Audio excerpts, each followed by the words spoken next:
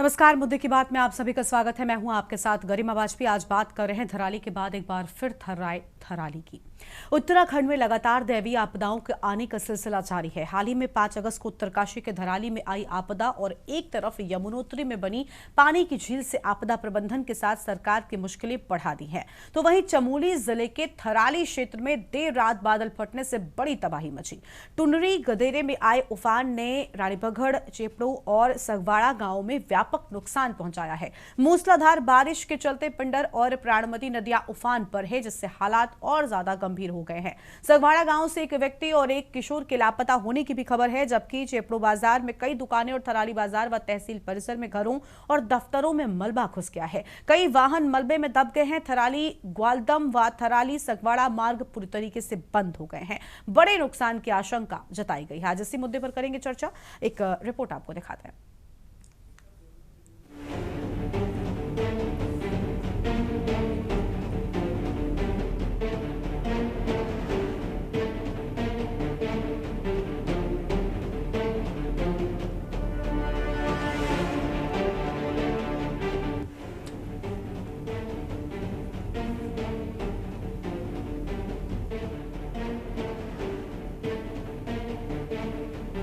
उत्तराखंड में हाल ही में आई प्राकृतिक आपदा ने सागवाड़ा गांव और आसपास के क्षेत्रों में भारी तबाही मचाई। सागवाड़ा गांव में किशोरी के मलबे होने की दुखद सूचना मिली, जबकि चेपेडो बाजार में कई दुकानें क्षतिग्रस्त हो गयी और एक व्यक्ति लापता बताया जा रहा है। थराली बाजार और तहसील परिसर की बुरी तरह प्रभावित हुए, जहां मलबे ने घरों और कार्यालयों को नुकसान पहुंचाया और कई वाहन दब गए। मिंगडेरा के पास थराली गवालदम मार्ग और थराली सगवाड़ा मार्ग पूरी तरह अवरुद्ध हो गए, जिससे राहत और बचाव कार्यों में बाधा आ रही है। वहीं पिंडर और प्राणमती नदियों का जलस्तर खतरे के निशान के करीब पहुंच गया, जिससे क्षेत्र में बाढ़ की आशंका और बढ़ गई है। स्थिति गंभीर बनी हुई है और प्रशासन राहत कार्यों में जुटा हुआ है। राहत और बचाव कार्य गौचर से एसडीआरएफ, पुलिस और आपदा प्रबंधन टीमें राहत कार्य में जुटी हैं, लेकिन तेज बारिश से बचाव कार्यों में बाधा आ रही है। प्रशासन ने लोगों से नदी नालों से दूर रहने और सतर्कता बरतने की अपील की थी। थराली, देवाल और नारायण बगड़ विकास खंडों में स्कूलों और आंगनबाड़ी केंद्रों में 23 अगस्त को अवकाश घोषित किया गया है। जिलाधिकारी डॉक्टर संदीप तिवारी के नेतृत्व में राहत कार्य तेजी से चल रहे हैं। मुख्यमंत्री पुष्कर सिंह धामी ने स्थिति पर नजर रखने और हर संभव सहायता का आश्वासन दिया है।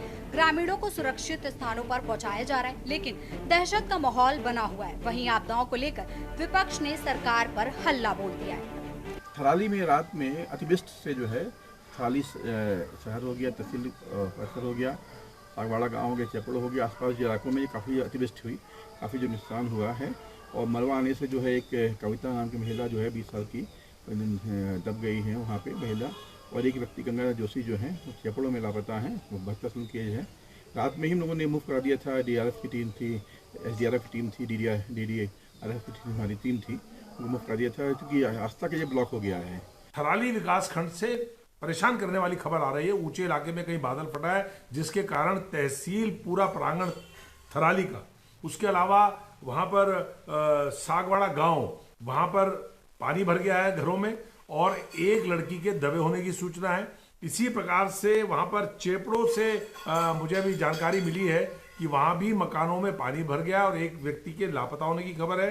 श्याना चट्टी में जो झील बनी हुई है, उसके पानी की निकासी का अभी कोई रास्ता बना नहीं है, जिसके कारण वहां पर खतरा बना हुआ है और निचले इलाकों में भी बहुत ज्यादा खतरा बाढ़ का बना हुआ है।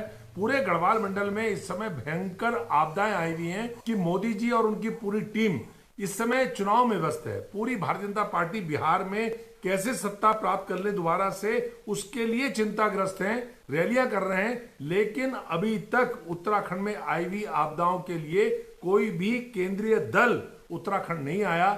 लगातार बारिश और भूस्खलन से प्रभावित क्षेत्रों में हालात तनावपूर्ण हैं। मौसम विभाग ने चमोली सहित कई जिलों में भारी बारिश का अलर्ट जारी किया, जिससे प्रशासन को और सतर्कता बरतने की जरूरत है।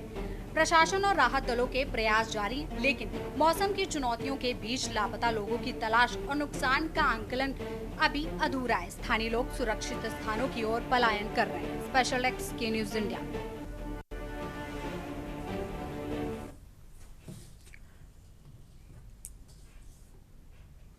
और इसी पर आज करेंगे बातचीत। खास मेहमान हमारे साथ में जुड़ चुके हैं। प्रभा बंदूनी जी हैं, प्रदेश प्रवक्ता बीजेपी, आशीष सैनी प्रदेश प्रवक्ता कांग्रेस पार्टी, शांति प्रसाद भट्ट केंद्रीय उपाध्यक्ष यूकेडी, आशीष गर्ग पर्यावरणविद है, अरुण शर्मा वरिष्ठ पत्रकार है। सभी का बहुत बहुत स्वागत। शुरुआत प्रभा जी के साथ में कर लेंगे। प्रदेश प्रवक्ता बीजेपी से हैं प्रभा जी, बेहद भीषण हम कह सकते हैं स्थिति है, क्योंकि धराली के बाद अब थराली में एक बार फिर से आपदा जो है वो देखने को मिली। अभी कई लोगों के लापता होने की बात है, हालांकि 2 लोगों की जान जाने की बात अब तक सामने आई है। पूरी जानकारी आपको अब तक पूरा अपडेट क्या मिल पाया है? क्या सरकार की ओर से मदद पूरी तरीके से पहुंच चुकी है? जी गरिमा जी, सबसे पहले तो मैं ये कहना चाहूंगी बहुत ही दुखद घटना है। और जिस प्रकार से हम देख रहे हैं, इस प्रकार उत्तराखंड में हमने देखा है जो बारिश है मानसून समय से पहले भी आ गया था यहाँ पर, और मानसून के रहते हुए भी जो ये बरसात का मौसम है उसमें सब हम ये कहेंगे कि जरूरत से ज्यादा बारिश भी हो रही है। तो निश्चित तौर पर पहाड़ी क्षेत्र हमारा उत्तराखंड है, अगर बारिश हो रही है, बहुत ज्यादा बरसात हो रही है, और पहाड़ों में हमने पहले ही कहा है कि आपदा का समय ये चल रहा है।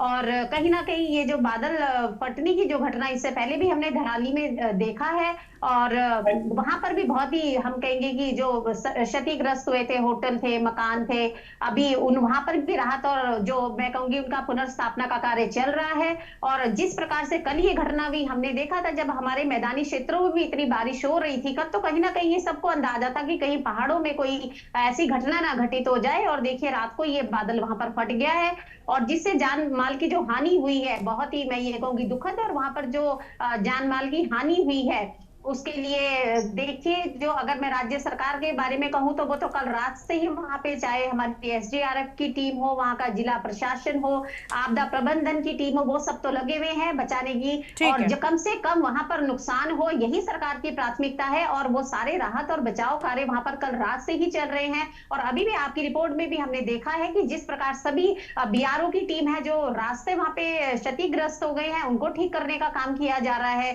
तो ये सब तो देखिए करना है, और जिम्मेदारी सरकार की। और इससे पहले भी जो धराली में आपदा थी हमने खुद देखा है, माननीय मुख्यमंत्री जी किस प्रकार वहां पर रहे, उन्होंने अभी तक भी वो काम देखिए चल ही रहा है। तो मैं ये कहना चाहूंगी कि जो राज्य सरकार है वो तो अपनी तरफ से जो भी कार्य है, जो भी टीमें वहां पर भेजनी है, वो सारे काम वहां पर चल रहे हैं और पूरी कोशिश की जा रही है। ठीक है मैम, लौटेंगे आपके पास में। और मेहमान हमारे साथ में, उनके साथ चर्चा को हम आगे बढ़ाते हैं। आशीष सैनी प्रदेश प्रवक्ता कांग्रेस पार्टी की ओर से। आशीष जी, बड़ी आपदा कह सकते हैं, एक के बाद एक अलग अलग जगहों पर, पहले धराली और फिर अब थराली में बादल फटने से तबाही का जो मंजर देखने को मिला, कई लोग अभी लापता बताए जाते हैं। एक बड़ी आपदा की आशंका, इससे कहना कोई भी गलत नहीं होगा।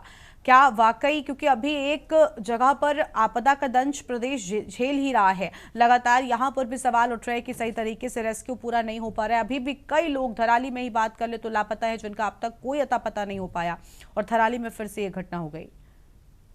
देखिए, उत्तराखंड में हिमालय जोन होने के बावजूद यहाँ पर जो आपने कहा कि जो राहत कार्य है वो एकदम से नहीं हो पा रहे हैं। मुख्य कारण ये है कि जो रास्ते हैं वही बाधित हो जाते हैं, और आप को वहां पहुंचने के लिए बड़ी कठिनाई का सामना करना पड़ता है। बारिश होने के दौरान आप हेलीकॉप्टर का भी प्रयोग नहीं कर सकते, और वो कई समस्याएं उनके सामने आती है। निश्चित रूप से जो भारतीय जनता पार्टी की सरकार है या कांग्रेस की सरकार होती या कोई भी सरकार होती, एक समस्या जरूर सामने आती है कि जो प्रबंधन की आवश्यकता है उसको इम्प्रूव करने के लिए वो एक पार्टी का अलग स्तर है। पार्टी से स्तर से छोड़ दीजिए, उससे अलग भी उत्तराखंड राज्य के शासन प्रशासन को और अधिक सुविधाओं को और अधिक चीजों को मैनेज करने की जरूरत है, और उनको बढ़ाए जाने की जरूरत है। तो निश्चित रूप से इसमें हम यदि सरकार के जो लोग, चाहे वो एसडीआरएफ एनडीआरएफ के लोग हों या प्रशासन के लोग हों, उनसे और जो हमारे इस मामले के एक्सपर्ट लोग हैं उनसे हम ये बात सलाह जरूर लें कि किस प्रकार से हम एक उचित प्रबंधन की व्यवस्था कर सकते हैं। दूसरा, एक कमी जो मुझे महसूस हुई है कि जब हम लगातार बारिश के जोन में हैं तो कुछ जगहों पर ड्रोन से निगरानी रख के जो ग्लेशियर के पिघलने और उनके रास्ते में छोटी छोटी झील बनने की संभावना है, उन पर नियंत्रण करने का काम कर सकते हैं, और ये सुझाव के रूप में ये किया जा सकता है। ठीक है सर, मैं लौटूंगी आपके पास में। शांति प्रसाद भट्ट जी हैं, केंद्रीय उपाध्यक्ष यूकेडी की ओर से। स्वागत सर आपका भी। शांति प्रसाद जी, क्या कहना चाहेंगे? क्या देखिए, नदियों का जलस्तर बढ़ने से बताया जा रहा है कि ये पूरा जो आज का वाकया हुआ वो हुआ है। क्यों आखिर कुछ चीज़ों पर पहले से नज़र नहीं रखी जाती है? उत्तराखंड पहले ही सेंसिटिव एरिया है, और क्योंकि हम जानते हैं कि आपदाग्रस्त प्रदेश रहता है, तो फिर उस लिहाज की तैयारियां भी होनी चाहिए जो शायद नज़र नहीं आती, और यही वजह है कि अलग अलग जगहों पर हम देखते तबाही का मंजर सामने आता है। देखिए गरिमा जी, 9 नवंबर 2000 को ये राज्य बना, और राज्य बनने के बाद जो अनियंत्रित विकास पर्वतीय क्षेत्रों में हुआ है वो ये बताने के लिए काफी है कि एनजीटी कानून की धज्जियां उड़ाई गई, और पहाड़ों में नदियों के किनारे जो भूगर्भ वैज्ञानिकों की रिपोर्टें हैं कि नहीं बसना चाहिए, बसे, उसका परिणाम है कि धराली आज पूरा समाप्त हो गया। केदारनाथ आया तो रामबाड़ा साफ हो गया। अब दुर्भाग्य देखिए, केदारनाथ, गंगोत्री और अब यमुनोत्री के श्यान चट्टी में जो है भयंकर झील बनी हुई है, वहां के लोग भी संकट में हैं। पूरी गढ़वाल के अंदर जिस तरीके से आपदाएं आ रही हैं, ये सवाल खड़े कर रही हैं कि वैज्ञानिकों की रिपोर्टों की अनदेखी आज उत्तराखंड के नौजवानों को और उत्तराखंड के नागरिकों को भारी पड़ रही है। कल थराली में रात के समय पर जो बाढ़ आई है वो बादल फटने की है, और उसी तरह की घटना है जिस तरीके से धराली में हुआ। और आप देखिए, जो लाइफ लाइन है वहां की, थराली की, वो सड़क गायब हो गई, और धराली जो बसा हुआ है वो पूरा नदी के किनारे बसा हुआ शहर है। अभी तो पूरी रिपोर्ट नहीं आई है, ना जाने कितना बड़ा नुकसान है। और जो खबरें छनकर आ रही हैं वो ये बता रही है कि भारी नुकसान जो है थराली में हुआ है, क्योंकि रात का समय था, नेटवर्क है नहीं, सही जानकारी आ नहीं रही है। मगर प्रशासनिक इकाई में हलचल जो दिख रही है वो ये बताने के लिए काफी है कि थराली में भी बहुत जबरदस्त जो है घटना हुई है। अब आप देखिए, ये तब हो रहा है कि जिस राज्य को बड़ा संवेदनशील राज्य माना जाता है, एनजीटी कानून कहता है कि 120 मीटर दूर नदी से मकान बनने चाहिए, मगर जहां से सड़क गई वहीं सड़क के बगल में होटल खड़े कर दिए, और फिर परिणाम आपके सामने है। जबकि भूगर्भ वैज्ञानिकों की रिपोर्टें हर वर्ष ये कहती है कि पहाड़ के नीचे नदियों के किनारे भारी भवन नहीं बनने चाहिए, पौराणिक शैली में यहाँ पर भवनों का निर्माण होना चाहिए, जैसे पुराने गांव बसे हुए हैं, गांव में कहीं कोई आपदा नहीं आती। मगर क्योंकि मानव ने सुविधा के अनुसार अपना विकास डेवलप करना शुरू किया, भूगर्भ वैज्ञानिकों की रिपोर्टों की अनदेखी हुई, मानकों की अनदेखी ने आज पूरे उत्तराखंड के जनमानस को संकट में डाल दिया है। अब फेलियर किसका है? अब इस पे क्या होना चाहिए? सवाल ये नहीं है कि ये घटना हो गई, सवाल ये है कि जिन्होंने जिनके दिशा निर्देशों पर इस तरह के अनाप शनाप विकास के लिए बिल्डिंगें बनी हैं, उन पर क्या कार्रवाई होगी? पटवारी, तहसीलदार, एसडीएम, जिलाधिकारी देख क्या रहे हैं? अगर एनजीटी कानून कहता है कि नदी के किनारे कोई बस्ती का निर्माण नहीं होना चाहिए, तो क्यों हुआ? इन तमाम सवालों को यदि आज खंगाला जाए तो पता चलेगा कि सब मिलीभगत से नेताओं के दबाव में ये कॉलोनियां बनी हैं, ये आवास निर्माण हुए हैं। ठीक है, और यही वजह है कि देखिए, प्रकृति के साथ खिलवाड़ किया जाएगा तो फिर प्रकृति का जवाब वाकई परेशान कर देने वाला होता है। वापस लौटेंगे अपनी चर्चा को हमारे मेहमानों के साथ में आगे बढ़ाएंगे, उससे पहले एक छोटे से ब्रेक के लिए यहाँ पर रुकने कहीं मच जाएगा, फौरन हाजिर होंगे।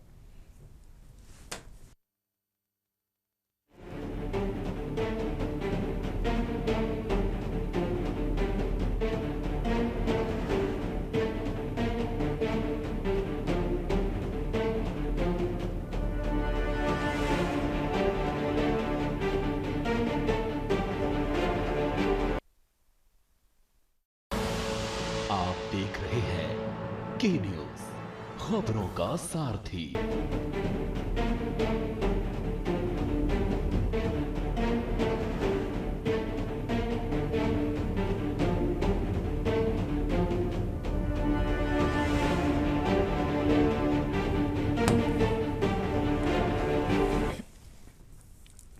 ब्रेक के बाद आप सभी का स्वागत है। खास मेहमान हमारे साथ में लगातार बने हुए, चर्चा की वापस से शुरुआत कर लेते हैं। आशीष गर्ग जी हमारे साथ में हैं, पर्यावरणविद हैं। अरुण शर्मा जी लगातार बने हुए हैं, पत्रकार हैं।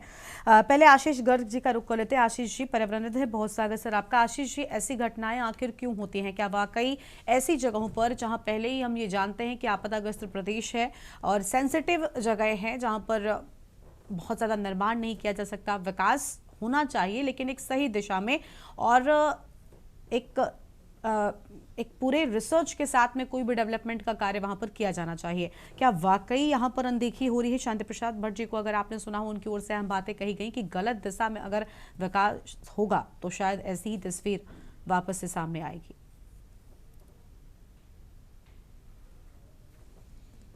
अनम्यूट कीजिए सर। आशीष जी पहले अनम्यूट कीजिए फिर बोलिए।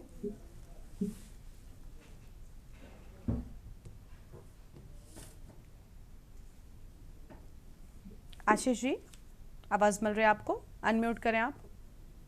जी आवाज आ रही है, धन्यवाद। मेरी आवाज आ रही है आपको? बोलिए। हाँ, नमस्कार सभी पैनलिस्ट को। और गरिमा जी, मैं आपकी बात से बिल्कुल एग्री करता हूँ कि जिस तरीके का डेवलपमेंट मॉडल हमारा इस समय चल रहा है, तो जैसे शांति प्रसाद जी ने भी बड़ा सही शब्दों में बताया कि वो देखिए आपदाएं ये निरंतर घटती रहेंगी और मेरा तो अंदेशा ये है कि क्लाइमेट चेंज और जलवायु परिवर्तन के चलते इन घटनाओं में आने वाले सालों में काफी कई गुना इजाफा होने वाला है। तो इसमें बुद्धिमानी की बात यही है कि हम जो आपदा से प्रभावित या जो संभावित क्षेत्र हैं उनसे हम दूर ही बसें। आपने काठमांडू का एक एग्जाम्पल अभी देखा होगा कि वहां पर लोगों ने नदियों से 200-300 मीटर दूर अपने जो निवास बनाए और किनारों पे काफी बड़ा घना वन का क्षेत्र है। लेकिन आप हमारे इधर उत्तराखंड में या हिमाचल में इस तरीके से देखेंगे कि हमारी नदियों के एकदम मुहाने पर जाकर हम लोग बसे हुए हैं। और चाहे धराली हो या अभी आपने थराली देखा, तो इसमें अभी जो एक साइंटिफिक तरीका यही है कि हम इसमें पूरी जो जियोलॉजिस्ट के साथ मिलकर ये बैठे और हम आने वाले पीरियड में देखें कि कहाँ यदि बादल फटते हैं, क्योंकि वो क्लाउड बर्स्ट की और जो एक्सट्रीम इवेंट्स की घटनाएं जैसे जैसे बढ़ेंगी उनका कहाँ संभावित प्रभाव पड़ सकता है। और उनको हम देखते हुए अपने जो निवास हैं या जो इंफ्रास्ट्रक्चर है उनको एक रेजिलियंट इंफ्रास्ट्रक्चर की तरफ चलें। क्योंकि यदि हम, जैसा हमने अभी धराली में देखा, ठीक सामने उसके यदि हमारी बनावट है और जबकि वो पुराने गांव जो आज से कई 100-150 साल पहले लोगों ने बड़ी समझदारी से बनाए थे, उनको कुछ नहीं हुआ। तो ये क्लाइमेट चेंज का देखिए बढ़ने वाला है, इसमें हमारी पृथ्वी गर्म होती जा रही है, तो क्लाउड बर्स्ट की घटनाएं ये हिल्स में ज्यादा होंगी। क्योंकि कई इसके पीछे से आप समझते होंगे कि काफी बड़े बड़े कारण हैं कि जिस तरीके से माउंटेन से हमारे वार्म क्लाउड्स आके टकराते हैं तो और इसमें काफी मात्रा में हमारे पहले से ही मॉइस्चर होता है और जब वो ऊपर उठती है तो और ज्यादा इसमें कंडेंसेशन होता है। उसके बाद ये बड़ी तेजी से फटते हैं और 1 घंटे में इसमें 4 इंच से ज्यादा मतलब हमारी बारिश होती है और यही आपको सब जगह देखने को मिल रहा है। तो बुद्धिमानी मेरा यही सुझाव है सरकार को भी कि हम जो भी आपदा प्रभावित जो हम उनको ईयर मार्क कर ले उन जोन्स को, वहां से दूर बनावट करें और जो बसे हुए हैं उनको भी हम धीरे धीरे प्लान्ड मैनर में शिफ्ट करने की कोशिश करें। पास में गलतियां डेफिनेटली हुई हैं, जिन्होंने बनाए हैं उनसे तो हुई है, लेकिन जिन्होंने बनाने दिया उनसे भी हुई है। तो एक अभी इसमें बहुत बहस में ना पड़ते हुए बेस्ट यही होगा कि हम किस तरीके से ये सारी जो कंस्ट्रक्शन है उसको एक सेफ जगह पे शिफ्ट कर लें जिससे जान माल की हानि, यानी अभी भी अगर सतर्क हो जाएंगे तो शायद सुरक्षित भी हो जाएंगे, क्योंकि प्रकृति जब भी ऐसे जवाब देती है तो कोई भी मौका सोचने समझने या सतर्क होने का नहीं देती। वो हमने इन 2 कम से कम बड़े हादसों में अभी हाल ही के तो देख ही लिया है। हालांकि इसके पहले भी उत्तराखंड में कई बार ऐसी तस्वीरें सामने आई हैं। लौटेंगे सर आपके पास में, अहम जानकारी आपकी ओर से साझा की गई है। अरुण शर्मा जी हैं, वरिष्ठ पत्रकार हैं। अरुण जी स्वागत आपका भी। बड़े दुख की बात है कि हमें एक बार फिर से इतनी जल्दी ऐसी चीज़ों पर चर्चा करनी पड़ रही है। अभी धराली की तस्वीरें शायद ही लोग भुला पाए होंगे। सोशल मीडिया पर किस तरीके से वो जो सच सामने आया था, तस्वीरों में तबाही का मंजर देखने को मिला, हर कोई हैरान परेशान था। और थराली में एक बार फिर से वैसा ही कुछ हादसा हम कह लें, या क्योंकि अभी कोई तस्वीर साफ नहीं है, 2 लोगों की जान जाने की बात और कईयों के लापता होने की बात सामने आई है। रेस्क्यू भी कठिन होता है ऐसे इलाकों में। ऐसे हालात बनते कैसे हैं, ये अपने आप में बड़ी बात है। अरुण जी देखिए गरिमा, मुझे लगता है कि पिछले 20 दिनों के अंदर हमको जिस स्थिति का सामना करना पड़ रहा है उत्तराखंड में, हिमाचल में कहें, जम्मू कश्मीर में कहें, तीनों ही उत्तर के जो राज्य हैं, ये तीनों ही भीषण आपदा से प्रभावित रहे हैं इस बरसात में। और 5 अगस्त को धराली में जो घटना घटी, जब तक उससे उबरते तो परसों हमको सूचना मिली कि स्याना चट्टी में झील बन गई, जो निश्चित तौर पर मानवीय भूल का नतीजा है, क्योंकि स्याना चट्टी में पिछले 20-25 दिनों से पानी इकट्ठा हो रहा था। तो वहां जो पटवारी थे, तहसीलदार थे और जिम्मेदार लोग थे, आखिर वो कर क्या रहे थे, जो ये सूचना भी नहीं दे पाए कि 20 दिन बाद ये सूचना मिल रही है कि वहां झील बन गई और उसमें अचानक सारे स्कूल, होटल, घर सब उस झील में दफन हो गए और लोगों को वहां से भागने पे मजबूर होना पड़ा। और कल वो लोग उसी झील में खड़े होकर किस तरह विरोध जता रहे थे, ये दृश्य वास्तव में हृदय विदारक है। ये आसान चीज नहीं है। जिसकी जमीन छिन जाएगी अचानक, तो वो क्या करेगा? वो हताश निराश कुछ ना कुछ तो प्रतिरोध करेगा, विरोध करेगा। और उसी की परिणति कल जो झील के अंदर आपने देखा खड़े होकर किस तरह वो विरोध कर रहे थे। तो क्या ऐसे अधिकारी कर्मचारियों को सजा नहीं मिलनी चाहिए जिनकी वजह से इतनी बड़ी घटना धीरे धीरे घट गई और उसका किसी को पता नहीं लगा? ठीक है, हराली और धराली तो बादल फट गए, उसकी वजह से सैलाब आया, कुछ लोगों को संभलने का मौका मिला, किसी को नहीं मिला। जो आपने धराली की घटना देखी, आज भी वहां पता नहीं है लोगों का कितने लोग दफन है उस मलबे के नीचे। और वही स्थिति कम से कमोबेश थराली के आसपास के क्षेत्रों में आई है। अब मैं उन गांव के नाम नहीं लूंगा क्योंकि बहुत सारे लोग बोल चुके हैं। तो वो जो स्थिति है और जो खासकर गढ़वाल और कुमाऊं का जो संपर्क मार्ग है वो खत्म हो गया है, जो हमारे 2 रीजन को जोड़ता था कर्णप्रयाग के बाद, तो वो भी खत्म हो गया है। तो ये आखिर आज की स्थिति ये है कि यमुनोत्री स्याना चट्टी में बाढ़ आ गई, गंगोत्री पूरा वॉश आउट है धराली के बाद, बद्रीनाथ कभी रास्ता खुल रहा है कभी बंद है, केदारनाथ कह नहीं सकते, वहां भी पहाड़ आ जाते। तो आखिर इतनी बड़ी बड़ी जो घटनाएं हो रही हैं, मैंने एक डिबेट में आपसे कहा था कि जब तक डॉप्लर रडार नहीं मिलेंगे हमें शायद इस तरह की घटनाओं की सूचना नहीं मिलेगी। ये तो चलिए बादल फटने की बात है, लेकिन मानवीय भूल के लिए कौन जिम्मेदार होगा? क्या इसका कोई लेखा जोखा कोई प्रस्तुत करेगा हमें? ठीक है, चलिए नदी किनारे मकान बसने की, बसावट होने की, ये बात दीगर है। देखिए अब वो किन की कमियों से हुआ, धीरे धीरे ये होता गया। पहले धीरे धीरे अतिक्रमण हुआ, अब उनकी पानी बिजली सबके कनेक्शन हो गए। आज हम ये मानवीय पहलू भी रखते हैं कि आखिर ये अगर हट गए तो ये बसेंगे कहां? उनको बसाना भी वहां से हटाकर एक चुनौती है। तो लेकिन आखिर किसी की तो जिम्मेदारी तय होनी चाहिए। बिल्कुल, और जो विभाग इसके लिए जिम्मेदार हैं अगर वो ठीक तरीके से काम करें, क्योंकि एक झील बन जाती है, ऐसा तो नहीं है कि एक दिन में कोई झील बन गई। यही हाल धराली में भी देखने को मिला था। मतलब कुछ सोर्सेज ने ऐसा कहा कि ऊपर कोई झील शायद अचानक से टूटी और मलबा साथ में लेते हुए नीचे अचानक से आया। और जो तस्वीरें थी, अगर एक आम आदमी भी अंदेशा या अंदाजा लगाएगा तो उन तस्वीरों से ये कहा जा सकता है कि भाई कहीं पर मलबा इकट्ठा था, वो अचानक से कुछ टूटने से नीचे आता हुआ चला गया। और अगर इन चीज़ों पर नज़र रखी जाए, अपने डिपार्टमेंट्स में जो लोग जिम्मेदार हैं वो ठीक तरीके से काम करें, तो शायद इतना बड़ा मंजर तो बिल्कुल नहीं देखने को मिलेगा। उम्मीद है कि आगे से ऐसा होगा और ऐसी तस्वीरें नहीं सामने आएंगी। शुक्रिया आप सबका हमारे साथ चर्चा में आने के लिए, अपनी बात रखने के लिए। तो प्रशासन अलर्ट मोड पर है और बादल फटने से धराली के बाद अब थराली गाँव में भी एक आपदा का जो मंजर है वो देखने को मिला है। तबाही में कई लोगों के घर बर्बाद हो गए हैं, कई लोगों का बड़ा नुकसान होने की भी बात सामने आई है। इस बुलेटिन में इतना ही। आप देखते रहिए के न्यूज़ इंडिया। नमस्कार।